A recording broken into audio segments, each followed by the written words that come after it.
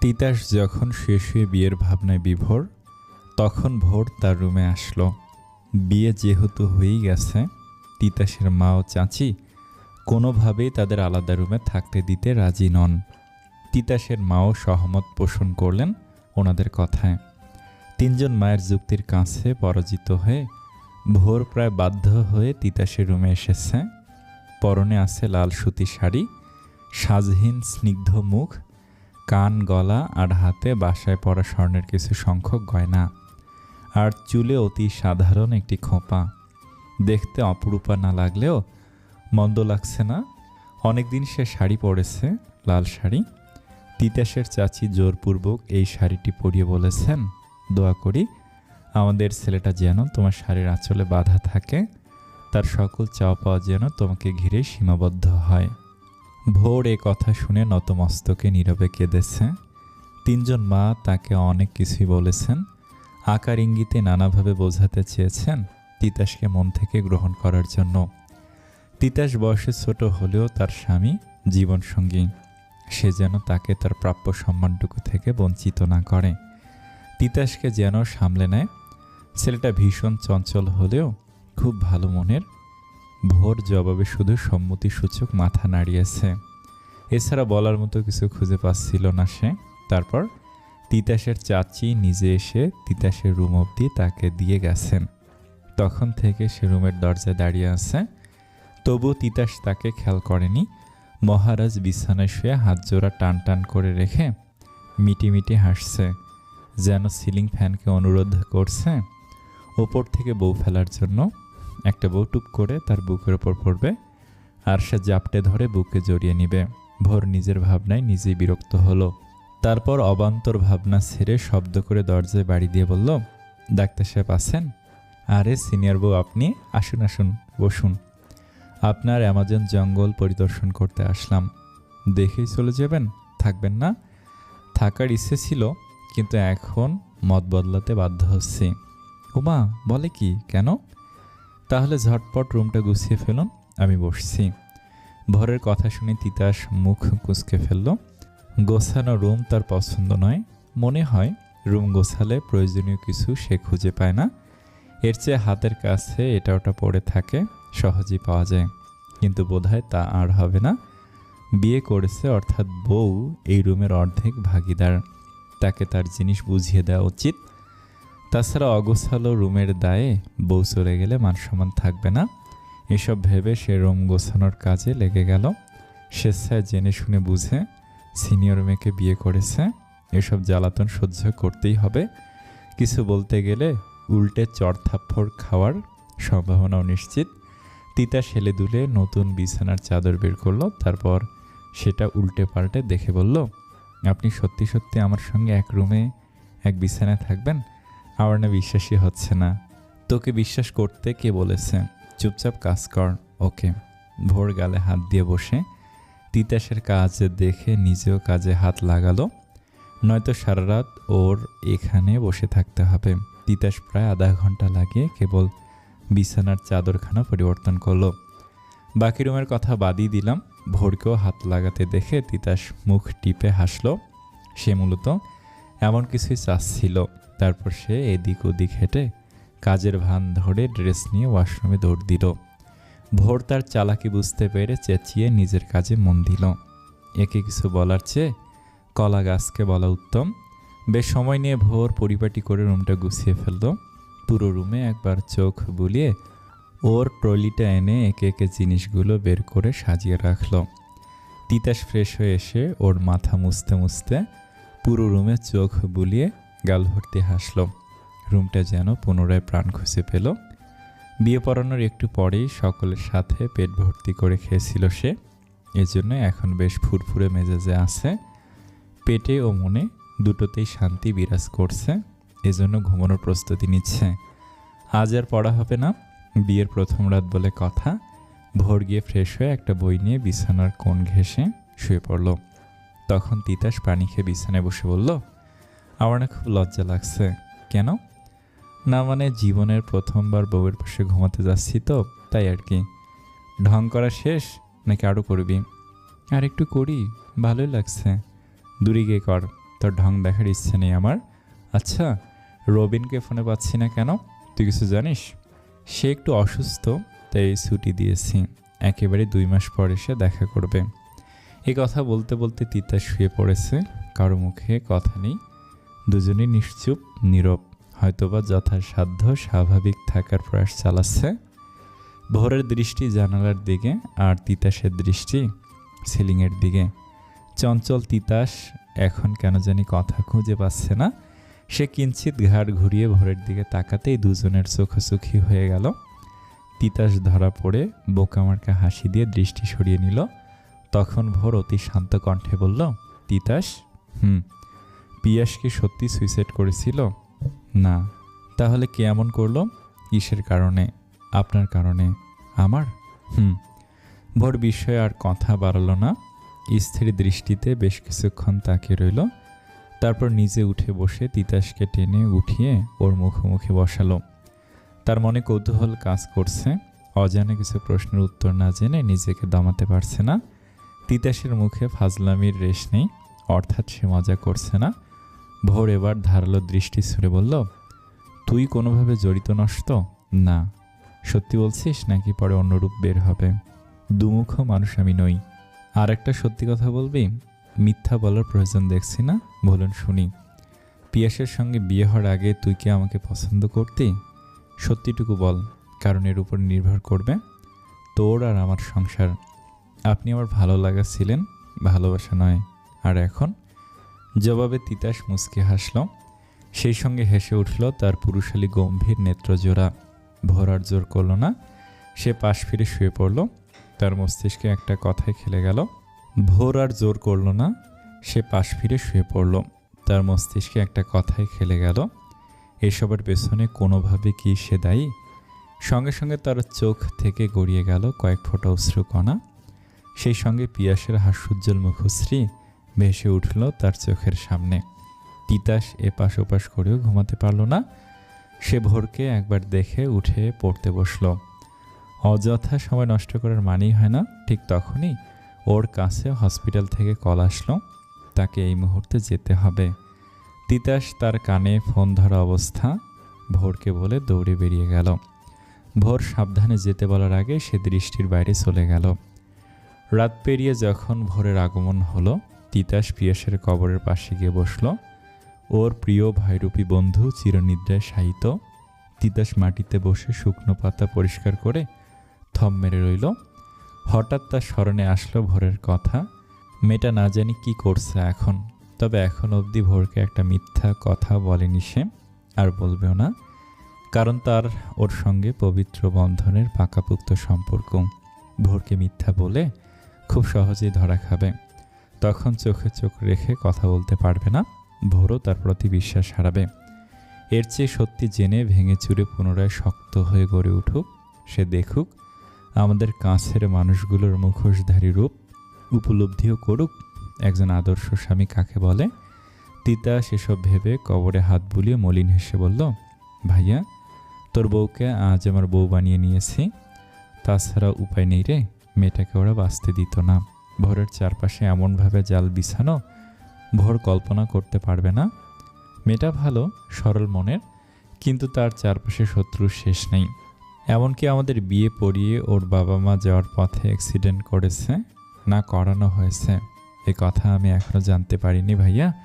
খুব গোপনে মানুষ দিয়ে হসপিটালের সব সামলাচ্ছি। এই দেখ, আমার শরীরে ওর বাবা মায়ের রক্ত। ওনারা বোধহয় বাঁচবে না রে ভাইয়া। ওনাদের অবস্থা খুব খারাপ। তোকে তো আমি আগেই জানিয়েছিলাম। ভোর এখন লাল শাড়িকে ভয় পায়, কারণ পূর্বে লাল শাড়ি পরা অবস্থাতেই তোকে হারিয়েছিল। এবার তার বাবা মাকে। মেয়েটা হয়তো এবার সত্যি সত্যি ধরে নিবে। সে অপয়া, অলক্ষী। তিতাস বেশ কিছুক্ষণ সেখানে বসে থেকে বাসার পথে রওনা হলো। তার মন মেজাজ বিক্ষিপ্ত রূপ ধারণ করেছে। মস্তিষ্কে ঘুরছে চিন্তার পাহাড়। তার একটাই প্রার্থনা, ভোর যেন পাল্টি না খায়, তাহলেই পরিস্থিতি হাতের বাইরে চলে যাবে। তখন সবটা একা সামলানো তার পক্ষে মুশকিল হয়ে পড়বে। আর এই মুহূর্তে ভোরকে তার বাবা মায়ের কথা জানানো উচিত। এটা লুকিয়ে রাখার ব্যাপার নয়। তবুও সে চেপে গিয়েছিল পূর্বের কথা ভেবে। তাছাড়া ভোরের বাবা মায়ের সঙ্গে যখন তখন ভালো মন্দ কিছু একটা ঘটে যেতে পারে। ওনারা প্রতি সেকেন্ডে বাঁচার জন্য যুদ্ধ করে যাচ্ছেন। হয়তো হাল ছেড়ে দেওয়ার সময়ও ঘনিয়ে এসেছে। অবস্থার উপর ভিত্তি করে সে চাইলেও আর লুকিয়ে রাখতে পারবে না। এর চেয়ে এখন জানানোই শ্রেয়। এসব ভেবে সে বাসায় গিয়ে কাউকে পেল না। ঘড়িতে তখন 6:26। পাখিরা কিচিরমিচির শব্দে সকলের কাছে পৌঁছে দিচ্ছে ভোরের আগমনী বার্তা। স্নিগ্ধ শীতল আবহাওয়া বিরাজ করছে পৃথিবীর বুকে, কিন্তু কিছু মানুষ পারছে না এই আবহাওয়া উপভোগ করতে, প্রশান্তিটুকু লুফে নিতে। তিতাস অস্থির চিত্তে একে একে সবাইকে কল দিল, কিন্তু কেউই রিসিভ করলো না। কল হতে হতে কেটে গেল। এবার সে দ্রুত পায়ে গেল দারোয়ানের কাছে। উনি হয়তো কিছু বলতে পারবে। তিতাসকে হন্তদন্ত হয়ে ছুটে আসতে দেখে দারোয়ানি তড়িঘড়ি করে উঠে আসলেন। না জিজ্ঞাসা করার আগে জানালেন সবে হসপিটালে গেছে, ওনাদের যাওয়ার 2 ঘন্টা হচ্ছে। তার মানে তিতাস আসার পরপরই তারা হসপিটালে পৌঁছেছে। তিতাস যা বোঝার বুঝে গেল। সে তড়িঘড়ি করে পোশাক বদলে আবার ছুটল হসপিটালের পথে। না জানি ওখানকার কি অবস্থা। তিতাসের বাবা মা চিন্তিত মুখে চেয়ারে বসে আছেন। চাচি রোজাকে নিয়ে হাঁটাহাঁটি করছেন। তখন তিতাস দ্রুত পায়ে হেঁটে সেখানে উপস্থিত হলো। তাকে দেখে ওর মা ব্যতিব্যস্ত হয়ে বললেন, এতক্ষণ কোথায় ছিলি তুই? ভোরের বাবা মা, জানি। ভোর কোথায়? ভেতরে। আচ্ছা দেখছি। এই কথা বলে তিতাস দৌড়ে ভেতরের দিকে ছুটে গেল। ভেতরে বোর্ড বসানো হয়েছে। ভোর বাবা মায়ের উন্নত চিকিৎসার ব্যবস্থা করতে চাচ্ছে।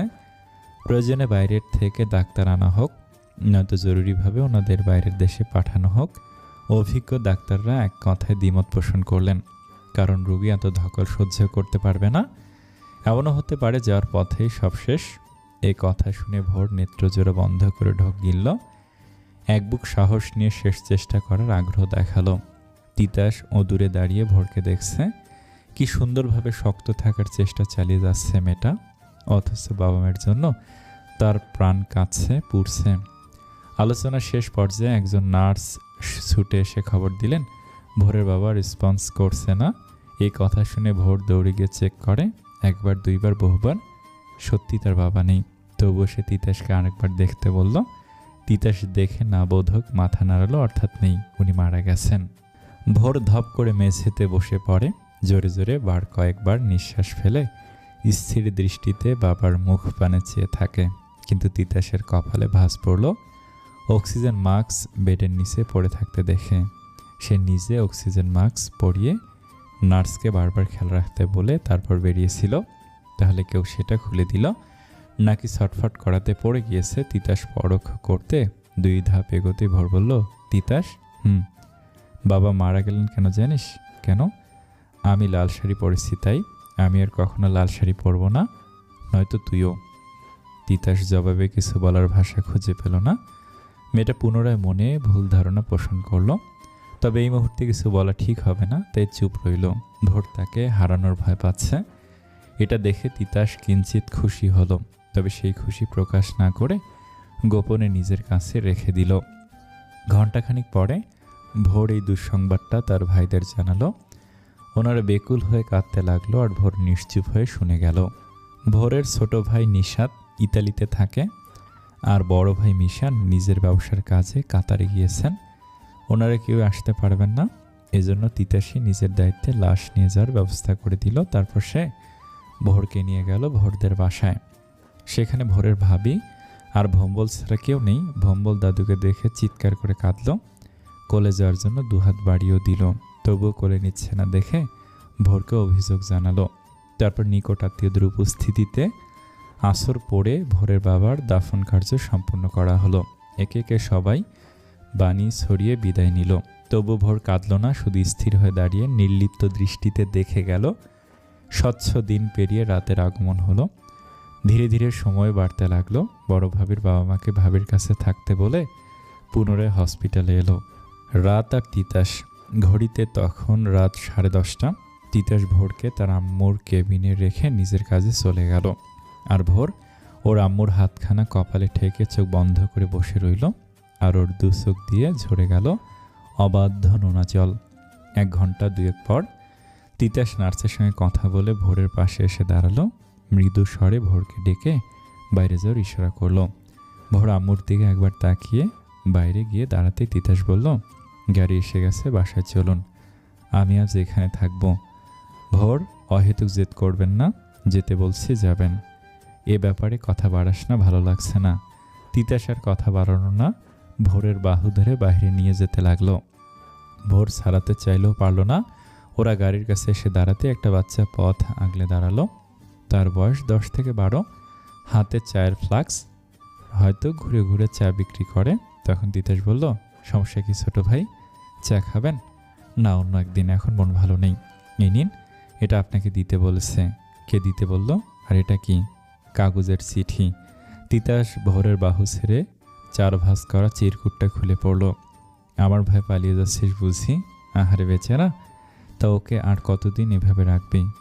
না নিজে খাচ্ছিস, না আমাকে খেতে দিচ্ছিস। এটা কিন্তু মোটেও ঠিক হচ্ছে না ছোট ভাই।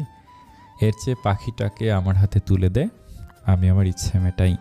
তিতাস চিরকুটটা পড়ে ছিঁড়ে বিরক্ত মুখে ভোরকে বলল, আমাকে দেখে কার যেন খুব খুব পছন্দ হয়েছে, সে নাকি আমাকে ছাড়া বাঁচবে না। আমার রূপে সে পাগল দিওয়ানা, ফোন নাম্বার চাচ্ছে, নয়তো বাসায় যাওয়ার হুমকি দিচ্ছে। এর কোনো মানে হয়? কিছু কিছু মেয়ে এত হ্যাংলা বলার বাইরে এ কথা আবার চিরকুটে লিখে পাঠাচ্ছে। ছি, এখন আমারই লজ্জা লাগছে। দেখুন তো লজ্জায় আমার গাল লাল হয়েছে নাকি? হয়নি না? বোধহয় একটু পরে হবে। তারপর ভোরকে কিছু বলার সুযোগ না দিয়ে গাড়িতে উঠে বসলো। গাড়ি চলতে থাকলো নির্দিষ্ট পথ ধরে। ভোরকে সন্দেহ করার সুযোগটাও দিল না তিতাস। তবে সে রাগে ফেটে পড়ছে, মনে হচ্ছে সব কিছু ভেঙে গুড়িয়ে দিতে, অথচ ওর রাগের বহিঃপ্রকাশ নীরব, নিশ্চুপ। ভোর সিটে মাথা হেলিয়ে দিয়েছে, মলিন মুখ, বন্ধ চোখ।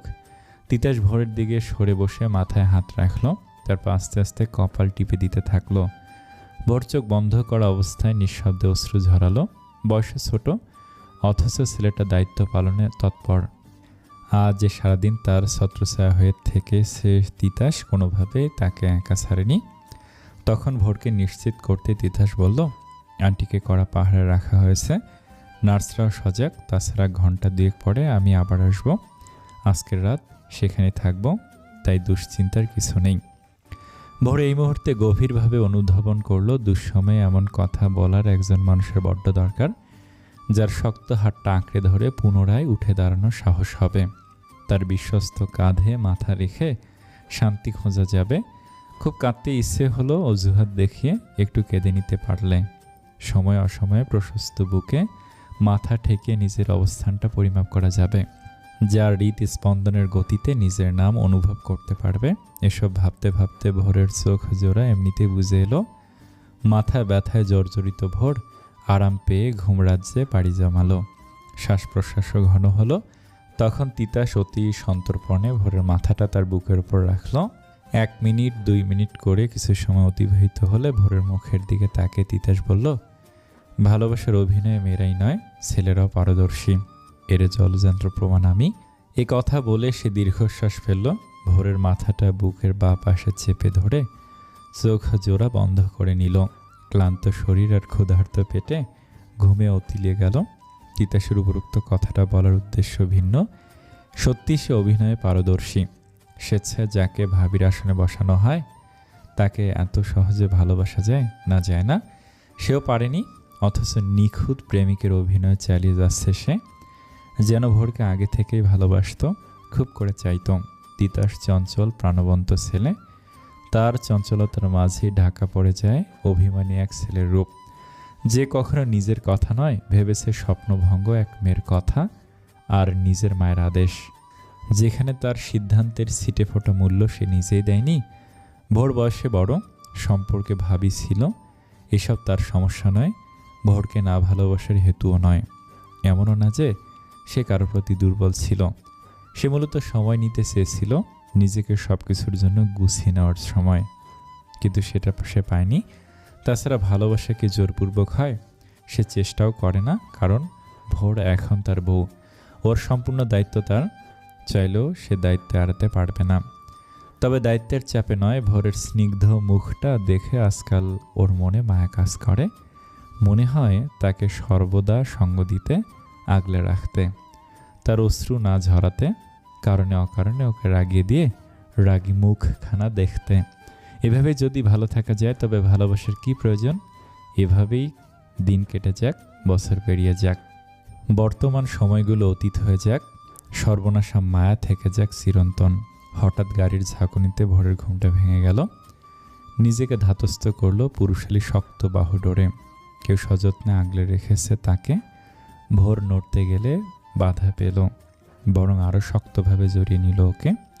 খুব চেনা পারফিউমের সুগন্ধ এসে নাকে বিঁধেছে। ভোর স্থির হয়ে গেল। তার মস্তিষ্ক জানিয়ে দিল সে কে। মানুষটার হৃদস্পন্দনের ধুকপুক শব্দ শুনতে পেল সে। কেন জানি সে অনুভব করলো এই প্রশস্ত বুক শান্তির আবাস, আর এই শান্তিটুকু তার প্রয়োজন, বড্ড প্রয়োজন। একখণ্ড শান্তির দেখা পেয়ে তার মনটাও লোভী হয়ে উঠল। আঁচল ভর্তি শান্তি কুড়াতে ইচ্ছেরা দলবদ্ধভাবে সায় দিল, কিন্তু তৎক্ষণিক সে নিজেকে সামলে নিল। অবাধ্য মনকে কড়াভাবে শাসিয়ে নিল। তারপর জোর খাটিয়ে নিজেকে ছাড়ানোর প্রচেষ্টায় নামল। তখন তিতাস বলল, একাধিকবার চেষ্টা করুন, দিন দিন তোর সাহস বেড়ে যাচ্ছে, ছাড় আমাকে। পারবো না। তিতাস, সুন্দর করেও তো ডাকা যায় তাই না?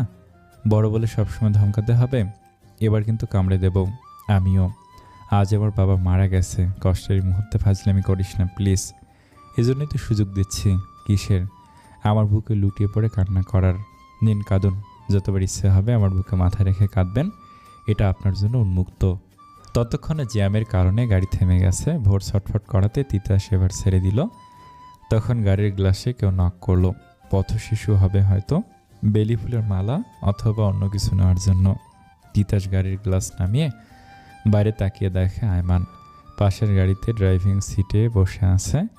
মুখ ভর্তি হাসি নিয়ে ভোরের দিকে তাকিয়ে আছে, যেন বিশ্বজয় করে সবে ফিরেছে। তিতাস ওকে দেখে ফিসেল গলায় বলল, পত শিশুর মতো নখ দিচ্ছেন, খুচরো পয়সা টয়সা লাগবে নাকি? এই কথা শুনে আয়মানের মুখটা রাগে থমথম হয়ে গেল। সে তবুও নিজের স্বাভাবিক রাখল, কারণ এখানে ভোর আছে। তার সামনে আসল রূপ বের করা আর নিজের পায়ে নিজে কুড়াল মানা সমান। তখন ভোর রেগে তাকালে তিতাস চুপ হয়ে গেল। তবে তার ছটফটানি বেড়ে গেল। সে শুভ্র শার্টের কলার ঝাঁকে বলল, আপনি আমার শ্বশুরবাড়ির লোক, আপনাকে খালি মুখে যেতেই দিব না। চলুন ওই সামনের দোকানে গিয়ে কিছু মিছু খাইয়ে আনি। থাক, এত কষ্ট করতে হবে না। তা বললে হয় নাকি?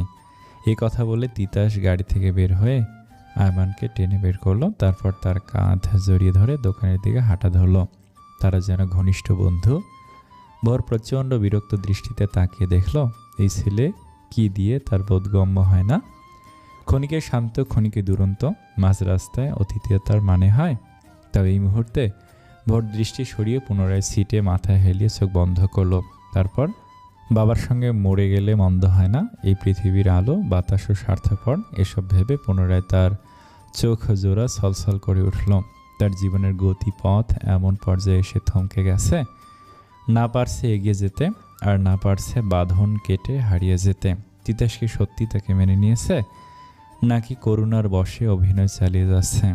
তার সঙ্গে কি সত্যি বাকি পথ পাড়ি দেবে, নাকি মাঝ পথে হাত ছেড়ে চলে যাওয়ার তাগাদা দিবে? এসব প্রশ্নগুলো সর্বদা মাথায় ঘুরপাক খেতে থাকে।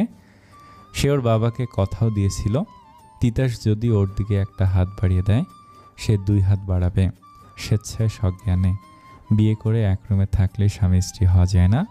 এখানে বিশ্বাস এবং ভালোবাসার স্থান সবার ঊর্ধ্বে। কিন্তু তারা এখনও অস্থিরতা কাটিয়ে উঠতে পারে নাই। সেদিন তিতাসের বড় বোন নোংরা কথাগুলো বলা মাত্রই তিতাসের মা উপস্থিত হয়েছিলেন। উনি সব কথা শুনেছিলেন। নিজের মেয়ের মুখের ভাষা শুনে উনি কিছু বলার রুচি হারিয়ে ফেলেছেন। শুধু এক দৃষ্টিতে তাকিয়েছিলেন ভোরের মুখ পানে। ভোর অবলীলায় এসব কথা হজম করে ছলছল চোখে তাকিয়েছিল। তখন তিনি ভোরের হাত দুটো ধরে কেঁদে কেঁদে বলেছিলেন, আমার পিয়াস আমার কোল শূন্য করে চলে গেছে, আমার তিতাসটাও মরে যাবে। পিয়াসের অকাল মৃত্যু তিতাস মানতে পারেনি। সে কাঁদেনি, একটুও কাঁদেনি। আমি জানি পিয়াস তার কাছে কি ছিল, ঠিক কতটা ভালো সম্পর্ক 2 ভাইয়ের মধ্যে ছিল। কিন্তু এখন তোকেও পিয়াসকে জড়িয়ে নোংরা কথা শুনতে হয়। অনেকেই তোর নাম করে তিতাসকেও খোঁচাতে কম করে না। যে ছেলেটা কখনো কারো কথা শুনতে পারতো না, আমার সেই ছেলেটা নিশ্চুপ হয়ে সবটা সহ্য করে যায়, কিন্তু ওর চোখ বলে, মা আমি ভালো নেই, আমাকে কিছুদিন সময় দিন, আমি সুইডেন চলে যাব। পালাতে চাচ্ছিস? এর চেয়ে সাবধানে আসা যায় না? মানে বিয়েতে এবার তুই সম্মতি দে মা, আমার ছেলের দায়িত্বটা আমি তোর কাঁধে ফেলে আমি নিশ্চিন্তে চোখ বুঝতে চাই। তারপর ভোর এক প্রকার রেগে গিয়ে তিতাসকে বিয়ের কথা বলেছিল। সে ভেবেছিল তিতাস নাকচ করবে, আর 5টা ছেলের মতো বিধবাকে বিয়ে করতে নাক কুঁচকাবে, দ্বিমত পোষণ করে চলে যাবে। সেই সঙ্গে লোক দেখানো তার করা পাগলামিও বন্ধ হবে, কিন্তু না, তাকে অবাক করে দিয়ে সে বিয়ের ব্যবস্থা নিজেই করে ফেলল। এখন সেই ছেলেটা তার স্বামী। এসব ভেবে ভোর দীর্ঘশ্বাস ফেলল, আর তিতাসের আয়মানের কাঁধটা শক্ত করে ধরে কথা বলতে যাচ্ছে। কথা না, ঠিক রাগের মাত্রা দেখাচ্ছে, কারণ আয়মান এতক্ষণ তাদের ফলো করছিল, যদিও সে সর্বদা তাই করে, কিন্তু আজকে কেন জানি তার রাগ হচ্ছে। তীব্র রাগের চোটে কথা বলতে পারছে না, যদিও সে রাগ সংবরণ করার প্রয়াস চালাচ্ছে। তখন আয়মান কৌশলে নিজেকে ছাড়িয়ে নিল, তারপর ভোরের দিকে তাকিয়ে পুনরায় হাসল। ভোর ওদের দিকে তাকিয়ে আছে, তিতাস মুখ ভর্তি হাসি নিয়ে পেছন ফিরে ভোরকে দেখে নিল, তারপর 2টো আইসক্রিম নিয়ে নিজেই খেতে শুরু করলো। একবারও আয়মানকে সাধল না। খেতে সাধার জন্য আয়মানকে এখানে আনেনিও, মূলত এসেছে কিছু কথা জানতে এবং জানাতে। তখন আয়মান তিতাসের দিকে তাকিয়ে তাচ্ছিল্য হেসে বলল, ওই সংবাদটা এতক্ষণে পেয়ে গেছো তাই না? কোন সংবাদ? লোক লাগিয়ে অ্যাক্সিডেন্ট করানোর সংবাদ। কে করেছে? তুই? ভর নিজেই। তুই কিভাবে জানলি? তার মানে তুইও এর সঙ্গে জড়িত। না হয় আর উপায় আছে? ভালোবাসার মানুষের আবদার বলে কথা। আয়মানের কথা শুনে তিতাস শব্দ করে হেসে উঠল। হাসির চোটে কয়েক মিনিট কথা বলতে পারল না, এমনকি তার হাতের আইসক্রিমটাও মাটিতে পড়ে লুটুপুটি খেল। অন্য এক হাত কোমরে রেখে সে শরীর দুলিয়ে হাসছে। ওর হাসির শব্দে কয়েকজন পথচারীও যেতে যেতে তাকাচ্ছে। আয়মান ভুরুজোড়া কুঁচকে বিরক্ত মুখে ওর হাসি দেখছে। ছেলেটাকে এজন্যই ওর এত অপছন্দ। এভাবে হাসার মানে হয়? হাসির কথা বলেনি নিশ্চয়ই। এখন তিতাস বাম হাতের উল্টো পিঠে মুখ মুছে পুনরায় হাসতে লাগলো। কেন জানি হাসি থামাতেই পারছে না সে। আয়মানের দিকে তাকালে ওর হাসির মাত্রা দ্বিগুণ বেড়ে যাচ্ছে। তবু অনেক কষ্টে হাসি থামিয়ে বলল, তুই ভোরের ওপর নজর রাখিস আড়ালে লুকিয়ে থেকে, আর আমি সর্বদা সর্বক্ষণ তার সঙ্গে থেকে খেয়াল রাখি। সত্যি বলতে ভোরের আপাদমস্তক পড়া আমার শেষ। তার দৌড় কত দূর আমার অজানা নয়, তাই ভাওতাবাজির গল্প অন্য কাউকে গিয়ে শোনা।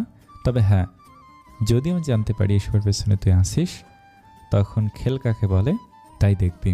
ওরে বাবা, তাই নাকি? ভয় পাচ্ছি, কেউ বাঁচাও আমাকে। আয়মান অভিনয় করে এ কথা বলে সজোরে হেসে উঠল। পরিকল্পনা ভেস্তে যাওয়ার কারণে একটুও রাগ হলো, তবে ভোরের প্রতি তিতাসের অগাধ বিশ্বাস দেখে মজায় লাগলো। এমন বিশ্বাস ভাঙতে তার ভালোই লাগবে। তিতাসকে এভাবে কাবু করতে না পেরে আয়মান অন্য কথার সুর টানলো। বাঁকা হেসে অবজ্ঞা সুরে বলল, তুই তো সবার ছোট ভাই তাই না, যে প্রায় সময় ছেলেদের সঙ্গে বেড শেয়ার করে ফুর্তি করে বেড়ায়? না, আমার কোনো বোন নেই, আমরা 2 ভাই, পিয়াস আর তিতাস। হা হা, তোদের মরে যাওয়া উচিত। এই মুখ নিয়ে সমাজে চলিস, লজ্জা লাগে না? লজ্জা লাগবে কেন? বরং গর্বে বুক ফুলে ওঠে। গন্ডার চামড়া হলে যা হয় আর কি। ভেবে কথা বলিস, নয়তো পরে পস্তাতে হবে। ওহো, তাই বুঝি? তবে যার বোন বেশ্যা তার মুখে এসব কথা মানায় না, গায়ে মানে না। আপনি মোড়ল। হা হা হা। এই কথা শুনে তিতাসের মুখভঙ্গি বদলে গেল। রাগেও শরীর শিরশির করে উঠল। মস্তিষ্ক সায় দিলে কিছু একটা করার। তিতাস আয়মানকে সজোরে ঘুষি মারার সংকল্প করলো। ঠিক তখনই ভোরের ডাক শোনা গেল। তিতাস ফিরে দেখে জ্যাম ছুটে গেছে, গাড়িগুলো নিজস্ব পথ ধরে এগিয়ে যাচ্ছে। ভোর হাত বাড়িয়ে ওদেরকে ডাকছে, আর ওর গাড়িটা পেছনের গাড়িগুলো হর্ন বাজিয়ে গাড়ি সরাতে বলছে। ট্রাফিক পুলিশ বাঁশি বাজাচ্ছেন একে একে যাওয়ার জন্য। তিতাস আর না দাঁড়িয়ে দৌড়ে যাওয়ার জন্য পা বাড়িয়েও পুনরায় ফিরে এলো। তারপর ঝটপট আয়মানকে জড়িয়ে ধরে তার পিঠে সজোরে এক কিল বসিয়ে দিল। তারপর মুখ ভর্তি হাসি নিয়ে ভালো থাকতে বলে দৌড়ে চলে গেল। ঘটনা তড়িঘড়ি ঘটাতে আয়মান কিছুই বুঝল না। পরে পরক্ষণই পিঠে ব্যথা অনুভব করাতে নাকটা চেপে নিঃশ্বাস আটকে দাঁড়িয়ে রইল। প্রচণ্ড ব্যথা পেয়েছে সে। তিতাস গিয়ে বসলে ড্রাইভার বাসার পথ ধরে গাড়ি এগোলেন। শাঁসা শব্দে গাড়িও চলতে থাকলো আপন গতিতে। বাইরের ঠান্ডা বাতাস শরীরখানাও জুড়িয়ে এলো। দেহের একরাশ ক্লান্তি লেজ গুটিয়ে পালালো। একটু পর ভোর তিতাসের দিকে তাকিয়ে দেখে তিতাসের নির্লিপ্ত দৃষ্টি বাইরের দিকে, মলিন মুখ। ভোর বেশ কিছুক্ষণ তাকিয়ে থেকে দৃষ্টি সরিয়ে নিল। তিতাস তখনও ভাবনায় মগ্ন। ওর ঠোঁটে নেই দুষ্টু হাসির রেশ। যার বোন এত নোংরা, তার মুখে হাসি না থাকায় স্বাভাবিক। পিয়াস মরে গিয়ে বেঁচে গিয়েছে, অথচ সে বেঁচে থেকেও একটু একটু করে প্রতিনিয়ত মরছে। আর এই মৃত্যুর আয়োজন নেই, এজন্যই কেউ বোঝে না, দেখে না। শুধু আয়মানি নয়, তাকে আল্লাহর 30টা দিনই কেউ না কেউ সারার নামে এই কথা বলবেই বলবে। মানুষের আর দোষ কি? সে যেসব করে মানুষ তো তাই বলে। পূর্বের নম্রভদ্র সারা এখন পতিতা, যাকে টাকার বিনিময়ে দেহের খাস মেটাতে ব্যবহার করা হয়। এক প্রকার জেদ ধরেই সারা নিজের জীবন নষ্ট করেছে। উচ্চবিত্ত পরিবারের বিয়ে হয়েছিল তার, তবে বিয়ের 6 মাস পরেই জানা যায় তার স্বামী তাকে জোরপূর্বক অন্যের বেডে যাওয়ার জন্য মারধর করে, নানানভাবে অত্যাচার করে, শুধুমাত্র নিজের ব্যবসার লাভের স্বার্থে। সারা আর না সহ্য করতে পেরে সবাইকে জানিয়ে দেয়। তারপর জানাজানি হলে পিয়াস কোনোভাবেই তাকে শ্বশুরবাড়ি যেতে দেয় না, নিজ দায়িত্বে তার ডিভোর্স করায় এবং সারা সকল দায়িত্ব নিজের ঘাড়ে নিয়ে জুবাইর নামে কেস ফাইল করে। তাতে সারার স্বামী জুবাইরের প্রচণ্ড রেগেও যায় এবং সারার সঙ্গে অন্যের অন্তরঙ্গ মুহূর্তের ভিডিও সোশ্যাল সাইটে ছেড়ে দেয়। মিনিটে সেটা ভাইরাল হয়ে যায়। পাড়া প্রতিবেশী সহ ওদের নিকট আত্মীয়রাও কথা শোনাতে থাকে, নানাভাবে কুৎসা রটাতে থাকে, যা ঘটেনি তাই নিয়েও বদনাম করতে থাকে। তারপর থেকে সারা কোথাও বের হতো না, এমনকি অসুস্থতার কারণে হসপিটালও না। যদি বের হতো কেউ না কেউ কথা বলার অজুহাতে নোংরা প্রস্তাব দিয়েই বসতো। এসব ঘটনার মধ্যে দিয়ে দিন কাটতে লাগলো, তবু সুফল পাওয়া গেল না। ততদিনে সারার মনে জেদ চাপলো, খারাপ না হয়ে যেহেতু তাকে সবাই খারাপ বানাচ্ছে, এবার সে খারাপ হয়ে দেখাবে যে কাজের জন্য তাকে এবং তার পরিবারকে এত অপমান হতে হয়। এবার সে কাজই করবে। তারপর হঠাৎই সে বাসা থেকে চলে যায়, কোনোভাবেই তার হদিশ মেলে না। প্রায় 6 মাস পর তার খোঁজ হয় এবং ওর পতিতাবৃত্তির কাজ সর্বসম্মুখে আসে। উচ্চবিত্ত শ্রেণীর লোকেদের সঙ্গে ওর ওঠা বসা, নামি দামি হোটেলে প্রতিনিয়ত রাত্রি যাপনও করে, নিজস্ব বিলাসবহুল বাড়িও বানিয়েছে। চলন বলনে ঠিকরে পড়ে অভিজাত্যের ছোঁয়া। আজকে প্রায় 8টা বছর হতে চলছে। সারার সঙ্গে ওদের কারোর যোগাযোগ নেই, দেখা হয় না কতকাল। বাবা তাকে মৃত ঘোষণা করেছেন। ধীরে ধীরে সারা সমস্ত জিনিস বাসা থেকে মুছেও ফেলা হয়েছে। ওর বাবা মা একটাই কথা, ওনাদের মাত্র 2টো ছেলে, একটা মেয়ে ছিল, মারা গেছে।